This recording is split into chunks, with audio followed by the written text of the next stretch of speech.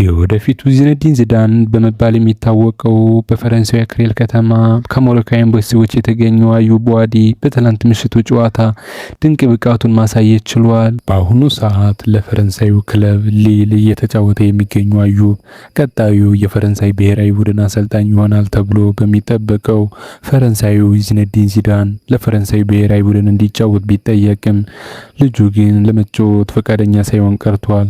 አዩብ ቡዋዲ ገና የ18 ዓመት ወጣት ሲሆን ሜዳ ላይ ከሚያሳየው ብቃቱ በተጨማሪ በግል ሕይወቱ እንዲሁም በትምህርቱ ጥሩ ስብዕናና በራስ መተማመኑን የገነባ ድንቅ ተጫዋች ነው ይባልለታል። ተጫዋቹ ለቤተሰቦቹ የትውልድ ሀገር ለሆነችው ሰሜን አፍሪካዊቷ ሞሮኮ ለመጫወት ልቡ ከሸፈተ ቆይቷል። ከ8 ዓመት በፊት ገና የ10 ዓመት ልጅ እያለ በ2018 ራሽያ ባዘጋጀችው የዓለም ዋንጫ ለሞሮኮ ብሔራዊ ቡድን ድጋፉን ሲያሳይ የሚያስመለክት ፎቶም ታይቷል።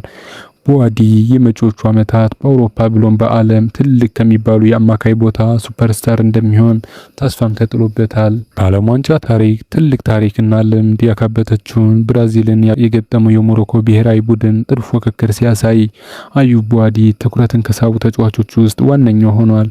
አዩብ ቡዋዲ በዓለም ዋንጫ የመጀመሪያ ጨዋታው ቢሆንም ባሳየው ድንቅ ብቃት ግን ብዙዎችን አስገርሟል። ምን ያክልስ ልምድ ቢኖረው ነው ሳያስበላ አያስቀርም። በጨዋታው ብዙ ቁጥራዊ መረጃዎችን ያስመዘገበው ቡዋዲ ከሁሉም የሞሮኮ ተጫዋቾች ትልቁን ቁጥር ያስመዘገበው ተጫዋች ሆኗል።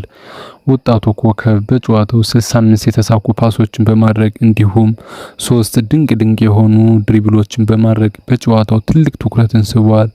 የ2026 የዓለም ዋንጫ ክስተት ተጫዋች ይሆናል ወይስ አይሆንም የሚለውም ከወዲሁ አጓጊ ጉዳይ ሆኗል። ትልልቅና ኃያላን የሆኑ የአውሮፓን ክለቦች አይን ውስጥ የገባው አዩብ ቡዋዲ መዳረሻው የት እንደሚሆን ከአሁኑ የሚጠበቅ ጉዳይ ሆኗል። በእግር ኳሱ ዓለም ትልልቅ የሚባሉ ጋዜጠኞችና ተንታኞች መነጋገሪያ የሆኑ አዩብ ቡዋዲ ቀጣይ ማረፊያው የትኛው የአውሮፓ ክለብ ይሆናል የሚለው ከወዲሁ የሚጠበቅ ጉዳይ ከመሆኑ በተጨማሪ ብዙ ተንታኞችና ጋዜጠኞችን እያከራከረ እያወዛገበና እያነጋገረ የሚገኝ ጉዳይ ሆኗል። ብዙ ክለቦች ቢፈልጉትም 3 የአውሮፓ ትልልቅ ክለቦች ግን እይታቸው ጠንከር ያለ እንደሆነ መረጃዎች እየጠቆሙ ይገኛሉ።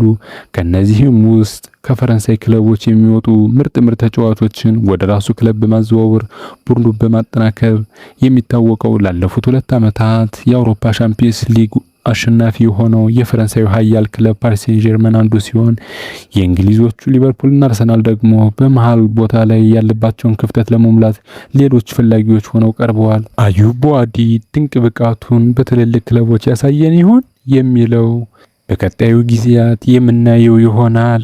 እንዴት ታስባላችሁ ተመልካቾችስ? በኮሜንት ሴክሽን አሳውቁን።